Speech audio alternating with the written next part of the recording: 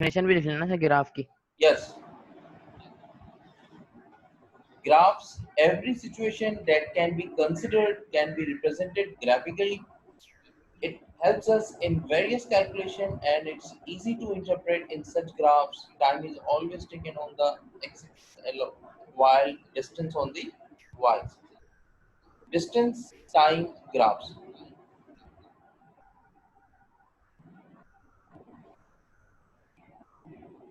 Here, graph A, distance along y and time along axis. B, time, distance. C, distance and time. Okay, so what's happening and why these are the different shapes?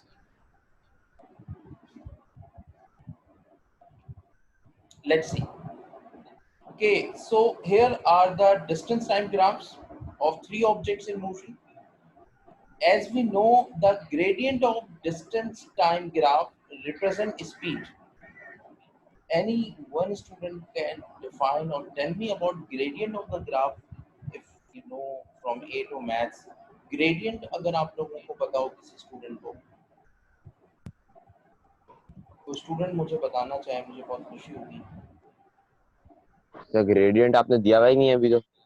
नहीं, मैंने नहीं दिया भाई gradient, तो मैं first time जिक्र कर रहा हूँ ग्रेडियंट जो है ना फिजिक्स सर, में। मैं ये रेफरेंस दे रहा हूँ, मैंने कहा मे बी अभी मैं नहीं है तो मैं बता दूंगा, बट मेरा सवाल था कि अगर आप बताएं। जी मुस्तफा, आप कुछ शेयर कर रहे हैं। सर ग्रेडियंट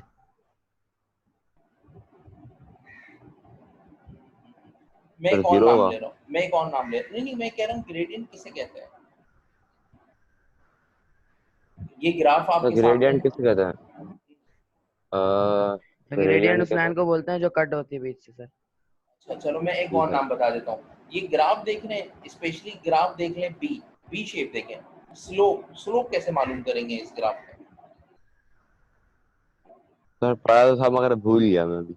ओके, ठीक है, जस्ट मैंने इसीलिए पूछा था क्योंकि ये ए टू मैथ्स में है ग्रेडियंट ग्राफ का, अदरवाइज मैं ओवन में फिजिक्स में इसे यूज करना है तो मैं भी वापस से समझा देता हूँ। It's okay. ग्राफ देखें, देखिए ग्राफ के जो ग्रेडियंट है ना, ग्रेडियंट के ऑल्टरनेट वर्ड मैंने यूज किया स्लोप। अब स्लोप कैसे मालूम करेंगे? ये बी है ना, बी बी आप देख लें ग्राफ। बी से पता है क्या करना होता है आपने? यहाँ पर बी से आप कोई भी एक इस तरह से दो इंटरवल टाइम पे, जैसे एक ऑलरेडी एक डॉटेड लाइन ये ड्रॉ हुई है, ये देखिए ये ग्रेडियंट है इस पूरे ग्राफ का। ग्राफ में आप y की वैल्यूज को डिवाइड कर देते हैं x से। जैसे ये ग्राफ मैंने एनालिटिकल ग्राफ ड्रॉ किया हुआ है विदाउट एनी वैल्यू।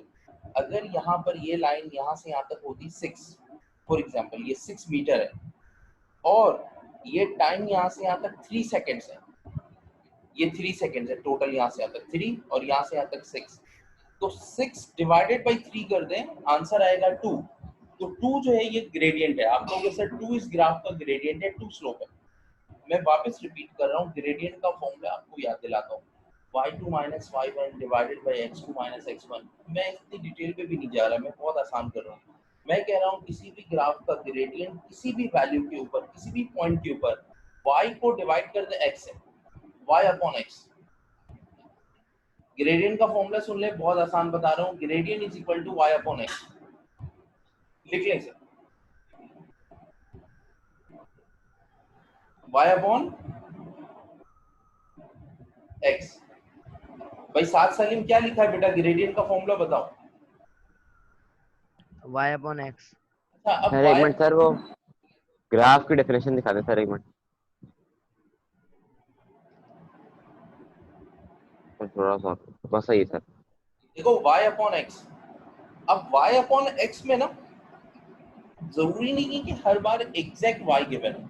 जैसे y मैंने कहा कि 6 और x की वैल्यू 3, तो y अगर दो पॉइंट्स हो इनिशियल और फाइनल, तो चेंज कैसे मालूम करते हैं? वापस वही होता है y2 माइनस y1 और x2 माइनस x1। क्योंकि जरूरी नहीं है ना कि हर बार आपके पास y गिवन हो। जैसे मैं आपको समझाता हूँ, मैंने कहा यार एक बस की स्पीड मस्कन से डिस्को बेकरी पे, मस्कन से डिस्को बेकरी पे आई है और चेंज हुई है 20, तो मैंने आपको डायरेक्ट चेंज बता दिया 20, लेकिन नहीं, मैं चेंज नहीं बता रहा। मैं कह रहा हूँ इस कार की स्पीड मस्कन पे 50 थी और डिस्को बेकरी पे 70 हो गई, तो 50 से 70 क्या चेंज आया, 20 का। कैसे मालूम किया, तो जो बड़ा होता तभी। कैसे मालूम किया, 70 माइनस 50 करके ना, यानी तुमने जल्दी से जी माइनस सर। करके मुझे बता दिया। तो बिल्कुल वैसे ही ग्रेडियंट है, ग्रेडियंट y अपॉन x तो है, लेकिन अगर y की एक वैल्यू गिवन है तो ठीक है, वरना ग्रेडियंट का एक और फॉर्मूला लिखें, एक और फॉर्मूला लिखें, ग्रेडियंट इज इक्वल टू लिखें y2 minus y1 divided by x2 minus x1। जी सर, ये तो हमने मैं से पढ़ा था। गुड, याद आना शुरू हो गया है, अच्छी बात है। सर एक बार y ग्राफ देखूंगा ना फिर याद हो जाएगा। ठीक है। अच्छा, कुछ लेक्चर्स ऐसे होते हैं कि उसका कोई रेफरेंस होता है प्रीवियस क्लास या प्रीवियस लेक्चर से, तो उसको जाके एक दफा पढ़ लिया करें। मैं बिल्कुल भी कोई मना नहीं कर रहा, आप लोग मुझसे 10 बार ग्राफ समझना चाहेंगे मैं दोबारा बता दूंगा, बट अगर आप लोग देख लेंगे तो आप लोगों के लिए आसानी होगी। यहाँ देखें, अब ये जो मैंने आपको ग्रेडियंट का एक फॉर्मूला बता दिया ना, y2 minus y1 divided by x2 minus x1। अब मैं आपको बताऊं, किसी भी ग्राफ को एनालाइज करने के लिए आप ग्रेडियंट मालूम कर सकते हैं। पहले तो हम एक काम करते हैं, आप लोग ये एबीसी ग्राफ ड्रॉ करें, ग्राफ ड्रॉ करें पहले। सर कर लिए मैंने। ओके, आगे सुनो। सर बगैर सर हाँ बोलो। सर बगैर स्केल के करें, मतलब देखो, बगैर मेजरमेंट डिस्टेंस के और करो। टाइम को ड्रॉ नहीं करें। नहीं, हाँ बगैर मेजरमेंट के कर लो, लेकिन स्केल यूज करो जहाँ पे स्ट्रेट लाइन है। स्ट्रेट लाइन के लिए स्केल यूज करें। आपने पूछा मुझसे बगैर स्केल के, तो मैंने कहा नहीं, बगैर मेजरमेंट के कर लें, बगैर स्केल के ना करें। जहाँ पे स्ट्रेट लाइन है इट नीड्स स्केल, इनफैक्ट वहां पे आपको स्ट्रेट लाइन ड्रॉ करनी है। Okay, so here are the distance time graphs of three objects in motion. As we know, the gradient of distance time graph represent speed. Object A is moving with increasing speed, its gradient is increasing. देखें, object A पर देखें। अब मैं आपको इस graph का attitude समझा रहा हूँ, बहुत गौर से सुनिएगा। ऑब्जेक्ट ए, बेटा स्क्रीन शेयर हो रही है सही आप लोगों के पास? जी sir. Yes sir. Object A के ग्राफ में मुझे बताओ हो क्या रहा है। Initially it start from here, अगर आप देखें तो आहिस्ता आहिस्ता जाकर ना डिस्टेंस में चेंजिंग ज्यादा आ रही है। It means initially it's moving slow slow, और आगे जाकर एकदम से स्पीड डिस्टेंस ज्यादा हो रही है। तो पता है क्या होगा, इस ग्राफ का स्लोप यहाँ पे बहुत कम है, यहाँ पे उससे ज्यादा है, यहाँ पर उससे ज्यादा है, और यहाँ पर एकदम से ज्यादा है। तो हम ये कहते हैं कि object A is moving with increasing speed. इसने पता है क्या किया होगा, ये यहाँ पर रेस्ट में है, इसने शुरू के 1 सेकंड में बहुत थोड़ा डिस्टेंस कवर किया, उसके बाद वाले 1 सेकंड में ज्यादा डिस्टेंस कवर किया, उसके बाद वाले 1 सेकंड में और ज्यादा डिस्टेंस कवर किया। यानी अगर मैं तो मतलब आप आहिस्ता आहिस्ता तेज हुआ।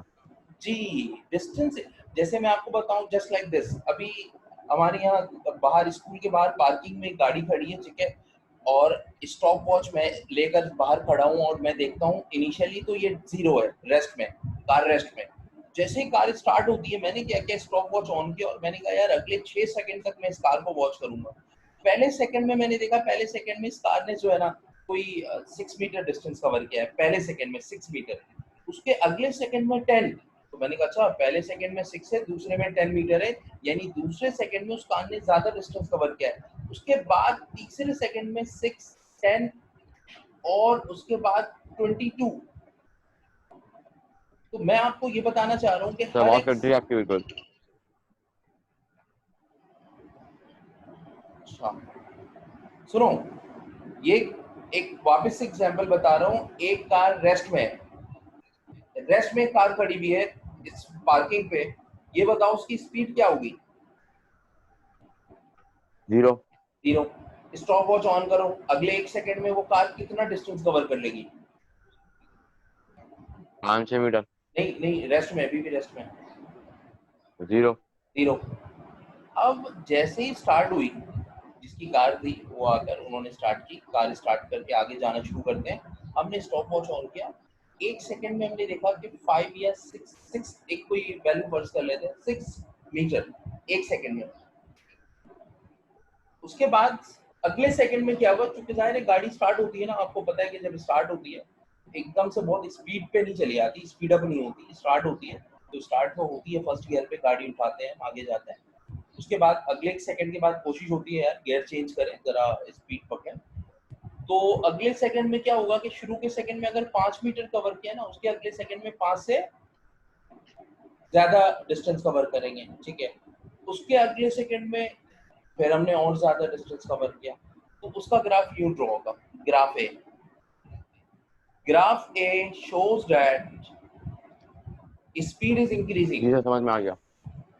इसके बारे में लिख लें, ग्राफ ए के नीचे ना पेंसिल से, पेन से, हाथ से खुद से लिख लें, ग्राफ ए का जो एटीट्यूड है ना, it shows speed is increasing.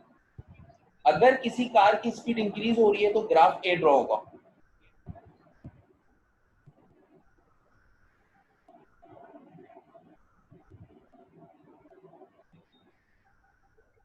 ठीक है, graph a shows that speed is increasing, speed is increasing and it covers more distance onward seconds, onward time।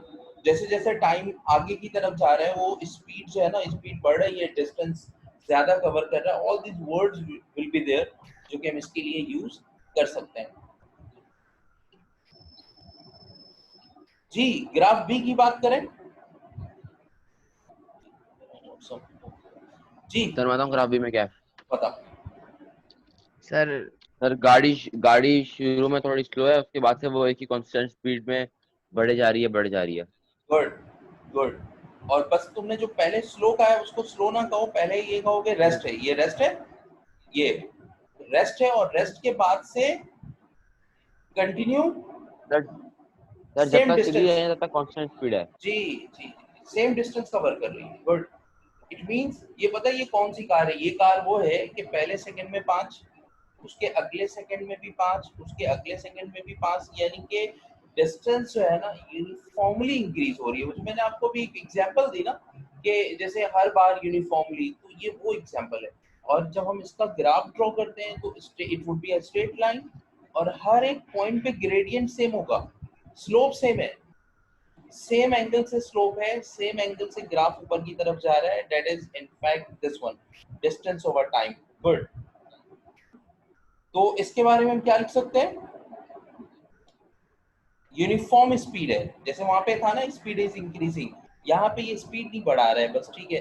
हर एक सेकंड में ना सेम डिस्टेंस कवर करते हुए आगे की तरफ ट्रैवल कर रहे हैं, हर एक सेकंड पे 5 metre 5 metre 5 metre 5 metre and so on. इस तरह डिस्टेंस अपॉन टाइम से जब ग्रेडियंट निकालते हैं तो यू शुड नो कि डिस्टेंस अपॉन टाइम को ही बेटा स्पीड कहते हैं। मैं स्पीड क्यों कह रहा हूँ बार बार, क्योंकि मैथ्स की लैंग्वेज में ना ग्रेडियंट है डिस्टेंस अपॉन टाइम, और डिस्टेंस अपॉन टाइम को ग्रेडियंट फिजिक्स के हिसाब से इसी को स्पीड कहते हैं। तो डिस्टेंस अपॉन टाइम के ग्राफ के ग्रेडियंट से जो चीज कैलकुलेट हो रही है वो स्पीड है। थर्ड वन बता दे जल्दी से, बहुत खुशी होगी मुझे। सी, इसमें क्या सर हो रहा है? गाड़ी रेस्ट से स्टार्ट होती है और उसकी स्पीड इंक्रीज होती रहती है और होती रहती है। और आगे इंक्रीज जाके, सर और जैसे आगे गाड़ी जाके अगर रेस्ट में 0 में थी, फिर अगले सेकंड में 5, फिर 10, फिर 15, फिर 20, फिर 25। नहीं, लेकिन आगे देखो फिर एक ये देखो, अब इसमें पता है क्या हो रहा है, अब इसको समझे जरा गौर से।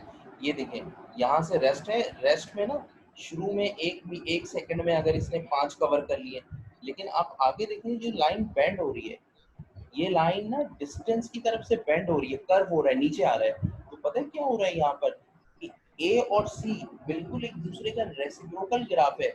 ये वाली बात तो ए के लिए सही थी ना कि हर बार डिस्टेंस ज्यादा कवर कर रहा है, यानी कि हर बार जो ड्राइवर है वो हर एक सेकंड में स्पीड बढ़ा रहा है। लेकिन यहाँ पे पता है क्या हो रहा है, यहाँ पे कुछ अपोजिट मामला है। यहाँ पे पता है क्या होगा, डिस्टेंस स्पीड, ये गाड़ी स्टार्ट हुई, स्टार्ट होने के बाद अगर इसने एक सेकंड में 5 मीटर कवर किया है, उसके बाद वाले सेकंड में 4 मीटर कोई है, या उसके बाद वाले में शायद 3 हो, फिर 2 हो मे बी, और अगर ये लाइन यूं हो गई, हॉरिजॉन्टल हो गई, तो इसका तो मतलब फिर पता है क्या होता है। मैं एक ग्राफ दिखाता हूँ, इसका मतलब मुझे बताने की कोशिश कीजिएगा, लेकिन मैं पहले सी के बारे में बता दूं। सी के बारे में ये है कि सी का जो स्लोप है ना वो कम हो रहा है, ग्रेडियंट डिक्रीज हो रहा है, और it's moving with a decreasing speed. Decreasing है, यानी कि टाइम के साथ साथ ना डिस्टेंस ज्यादा कवर करना नहीं शुरू किया बल्कि कम। जैसे देखो चेंज में मैं बताता हूँ, अभी मैंने एक बात बताई थी ना कि हर बार चेंजिंग दो तरह की हो सकती है, एक चेंजिंग इंक्रीजिंग है और एक चेंजिंग डिक्रीजिंग है। चेंजिंग इंक्रीजिंग भी पॉसिबल है और चेंजिंग डिक्रीजिंग भी। तो ये डिक्रीजिंग वाला है, ये डिक्रीजिंग है। आप इसका स्लोप निकाल के देखें, ट्रायंगल बनाए, यहाँ पे अच्छा स्लोप, सही, यहाँ का स्लोप ज्यादा होगा और यहाँ का स्लोप, बिल्कुल टॉप पे जाके स्लोप मालूम करें, स्लोप ज्यादा है कम है? कम हो कम है, कम है सर। चलो जी। क्लास का टाइम हो गया सर, सर मैसेज हाँ कर रहे हैं। ठीक है, मैं बस यहीं पे इसको एड अप करते हैं, ठीक है बेटा, यहीं पर इसको स्टॉप करते हैं, इंशाल्लाह कल फिर बात करेंगे। Okay okay, thank you. वालेकुम सलाम।